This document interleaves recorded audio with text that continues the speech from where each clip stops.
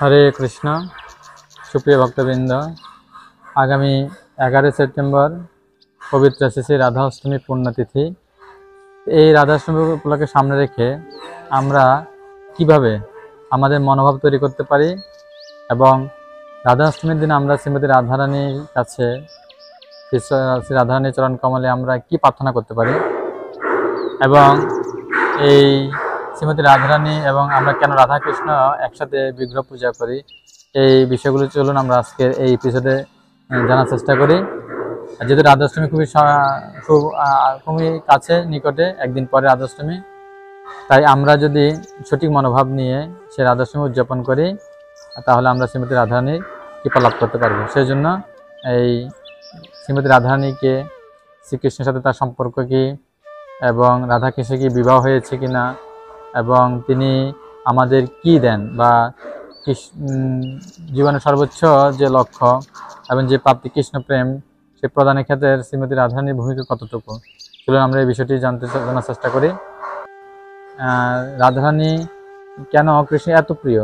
যেহেতু কৃষ্ণের অনেক রানী, 16,108 জন রানীর থাকা সত্ত্বেও শ্রীমতী রাধারানী কেন কৃষ্ণের এত প্রিয়, এই প্রশ্নগুলোর উত্তর জানার জন্য আমরা একটা সুন্দর উদাহরণের মাধ্যমে জানার চেষ্টা করতে পারি। যেমন সূর্য এবং সূর্যরশ্মি। সূর্য এবং সূর্যরশ্মির মধ্যে কি বিবাহ হয়? অথবা আগুনের তাপ, ফায়ার অ্যান্ড হিট। তো যেমন সূর্য রশ্মি ছাড়া সূর্য কল্পনা করা যায় না এবং তাপ ছাড়া আগুনের কল্পনা করা যায় না, ঠিক তো অঙ্গাঙ্গিভাবে জড়িত। ঠিক তদ্রূপ শ্রীমতী রাধারানী হচ্ছেন শ্রীকৃষ্ণের দিব্য শক্তি। তাই বলা হচ্ছে আহ্লাদিনী শক্তি। বিশেষ করে ভগবান কৃষ্ণের 3টে শক্তি রয়েছে: অন্তরঙ্গা শক্তি, বহিরঙ্গা শক্তি এবং ততস্থা শক্তি। সে অন্তরঙ্গা শক্তির 3টি হচ্ছে আহ্লাদিনী, সন্দিনী এবং সম্বিত। সে আহ্লাদিনী শক্তি হচ্ছে শ্রীমতী রাধারানী, যিনি শ্রীকৃষ্ণকে আনন্দ প্রদান করেন। আর শ্রীমতী রাধারানী হচ্ছেন শ্রীকৃষ্ণেরই প্রকাশ। মানে ভগবান কৃষ্ণ আর শ্রীমতী রাধারানী কীরকম না, চৈতন্য চরিতামৃতের মধ্যে বলা হচ্ছে রাধা কৃষ্ণ এক আত্মা, 2 দেহ ধরি, অনন্য বিলাসের রস আস্বাদন করি। তো তারা 2 দেহ দেখতে হলেও আত্মা একটাই। এই জন্য এই কৃষ্ণ এবং রাধারানীর যে সম্পর্ক, সেটি আমাদের ভুল বোঝা উচিত নয়। আর বিশেষ করে অনেক ধরনের প্রশ্ন যারা হিন্দুরা, সনাতনীরা সম্মুখীন হয়, উত্তর দিতে পারে না, সেজন্য তারা বিভ্রান্ত হয় এবং অপরাধ করে। আর বিশেষ করে তারা বিভ্রান্ত হয়ে মতিভ্রম হয় তাদের। তাই গর্গ সংগীতের মধ্যে খুব সুন্দর করে উল্লেখ রয়েছে যে গর্গমণি বলছিলেন যখন রাধারানীর পুষ্টি গণনার ক্ষেত্রে, সেখানে বলছেন তিনি বিশ্বমানু মহারাজকে যে শ্রীমতী রাধারানী হচ্ছেন কে না, ভগবান নন্দপুত্র যে শ্রীকৃষ্ণ, তার প্রধান সঙ্গিনী এবং যিনি কৃষ্ণ হচ্ছেন সমস্ত জগৎ ব্রহ্মাণ্ডের সৃষ্টিকর্তা। সেই জগৎ ব্রহ্মাণ্ডের মালিক যিনি, সেই ভগবান শ্রীকৃষ্ণের তিনি কি হচ্ছেন নিত্য সঙ্গিনী। তাই এই ব্রহ্মাজি এসে তাদের কি করবেন, প্রণয় বিবাহ দিবেন। যারা এই বড় ধরাধামে, বিশেষ করে বৃন্দাবনে আজ থেকে 5,000 বছর পূর্বে যখন আবির্ভূত হয়েছেন মনুষ্যরূপ ধারণ করে, তখন লীলা বিলাসের জন্য, তখন এই ব্রহ্মাজি এসে কি করবেন, গর্গ সংগীতের মধ্যে সেটা বলা আছে যে তিনি তাদের কি করবেন, বিবাহ দিবেন। আমাদের যে জাগতিক দৃষ্টিকোণ থেকে না দেখলেও, যেমন আধ্যাত্মিক দিক, যেটা নিত্য রিলেশনশিপ রয়েছে তাদের মধ্যে ভগবান শ্রীকৃষ্ণ এবং শ্রীমতী রাধারানীর সাথে, সেই দৃষ্টিকোণ থেকে দেখা উচিত।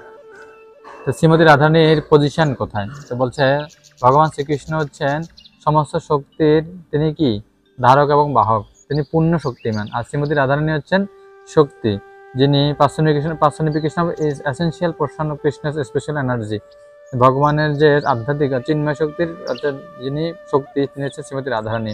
তাই রাধা এবং কৃষ্ণের মধ্যে কোনো পার্থক্য নেই। যেমন শক্তি এবং শক্তিমানের মধ্যে কি নাই, কোনো পার্থক্য থাকে না। তাই আমি আগে বলেছিলাম রাধা কৃষ্ণ এক আত্মা, 2 দেহ ধরি, অনন্য বিলাসের রস আস্বাদন করে। শ্রীমতী রাধারানী সমস্ত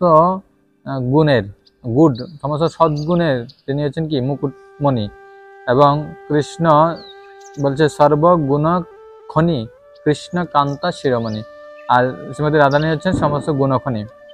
আর তিনি সবসময় তার মন, তার ইন্দ্রিয় এবং বাক্য দিয়ে, তার দেহ দিয়ে তিনি সবসময় কি করছেন, কৃষ্ণ প্রেম ভাবিতা। তিনি কি করে কৃষ্ণকে সেবা দিবেন, কৃষ্ণকে খুশি করবেন, আনন্দ বিধান করবেন, সেই জন্য তিনি সবসময় ব্যস্ত।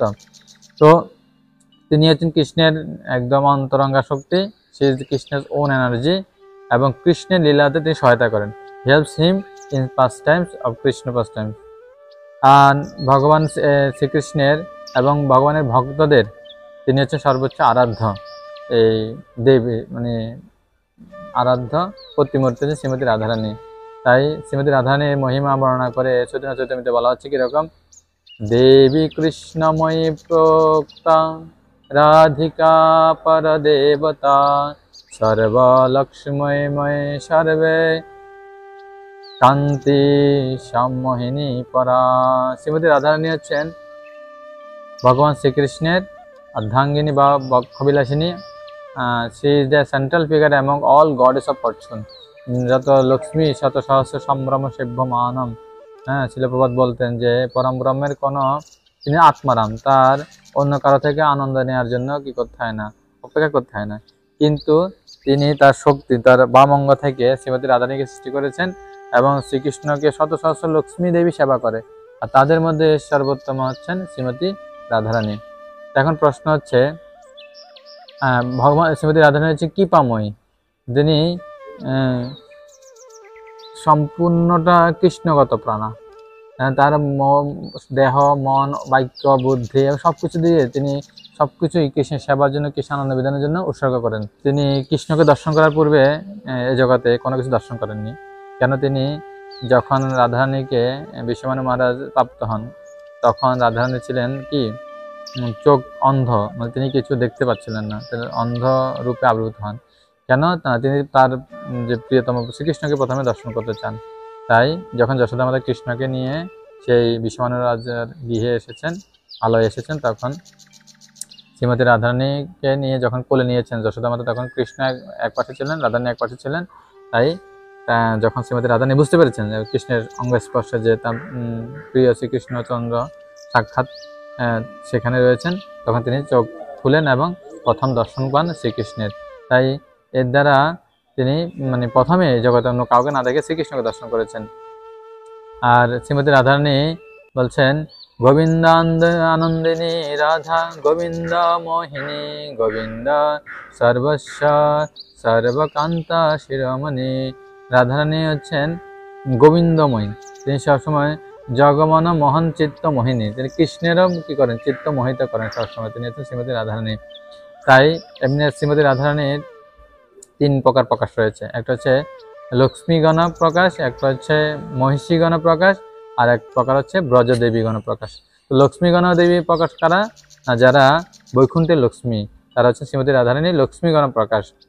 আর মহিষীগণ প্রকাশ করা যায় দ্বারকায় শ্রীমতী শ্রীকৃষ্ণচন্দ্রের যারা অর্ধাঙ্গিনী হয়েছেন, স্ত্রীর অভিনয় করেছেন, ভূমিকা অবলম্বন করেছেন, তারা হচ্ছেন মহিষীগণ। এবং ব্রজদেবী গোপাকারা যারা বৃন্দাবনে ভগবান শ্রীমতী রাধারানীর ডাইরেক্ট এক্সপেনশন প্রকাশ, সেই ব্রজগোপীরা যারা শ্রীকৃষ্ণের সাথে রাসলীলা এবং অন্যান্য লীলাতে অংশগ্রহণ করেছিলেন বৃন্দাবনে, তারা হচ্ছেন ব্রজদেবীগণ, তারা হচ্ছেন সর্বশ্রেষ্ঠ শ্রীমতী রাধারানীর প্রকাশের মধ্যে।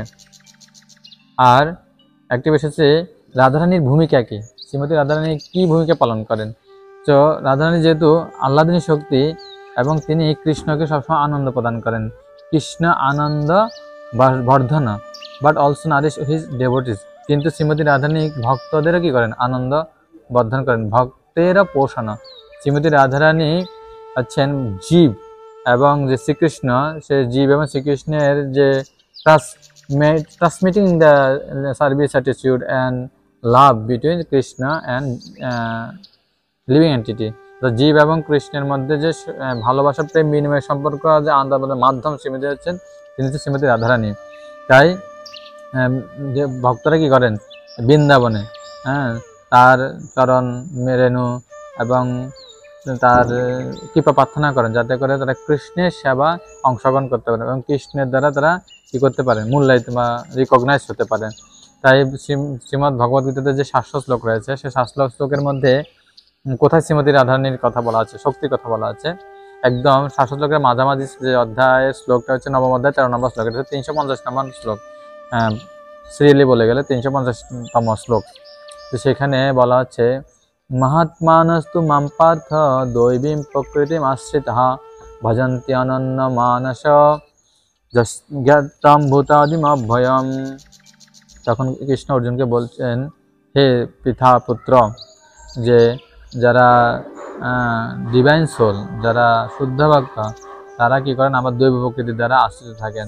তারা আমার ভক্তিমূলক সেবায় সবসময় এঙ্গেজ থাকেন। কেন এঙ্গেজ থাকেন না, তারা আমাকে পরমেশ্বর ভগবান বলে জানেন এবং আমি যে সবকিছু উৎস সেটা সেই সম্বন্ধে জানেন, এবং তারা দৈবী প্রকৃতির আশ্রিত। এই দৈবী প্রকৃতি হচ্ছে শ্রীমতী রাধারানীর শক্তি। এখন শ্রীমতী রাধারানীর ভক্তিটা কীরকম? শ্রীমতী রাধারানীর ভক্তি কীরকম বলছে, কৃষ্ণের সর্বোত্তম মানে সেবক হচ্ছেন সেবিকা হচ্ছেন শ্রীমতী রাধারানী, এবং তার যে ভক্তি সেটা কেউ অর্জন করতে পারবে না, সেই লেভেলে কেউ যেতে পারবে না। তাই বলছেন, ভাগবতের মধ্যে একটা খুব সুন্দর শ্লোক দিয়ে বলেছেন, অনারাধিতনূনম ভগবান হরিশ্বর জন্ম বিহায় গোবিন্দম কৃত জমনহত্রহ।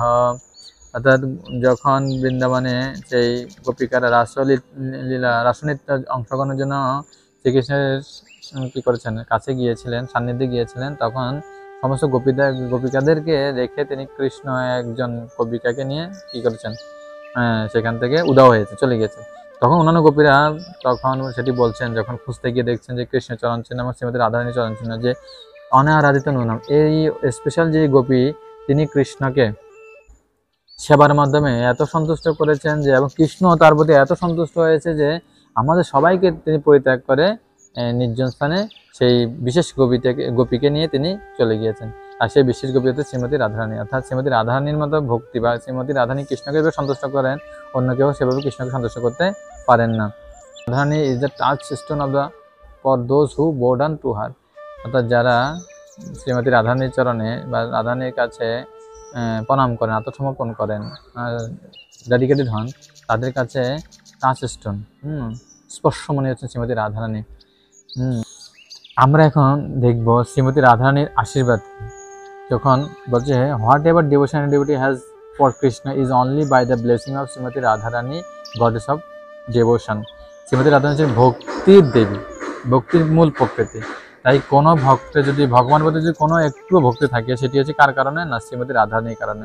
কারণ শ্রীমতী রাধারানী ভক্তি প্রদান করছেন।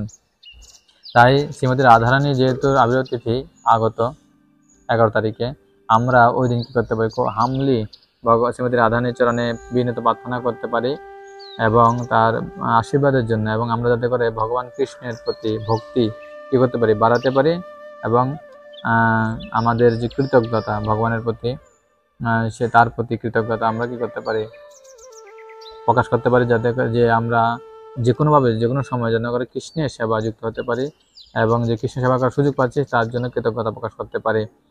তাই এই রাধাষ্টমীতে আমরা এই প্রার্থনা করতে পারি। হরে কৃষ্ণ।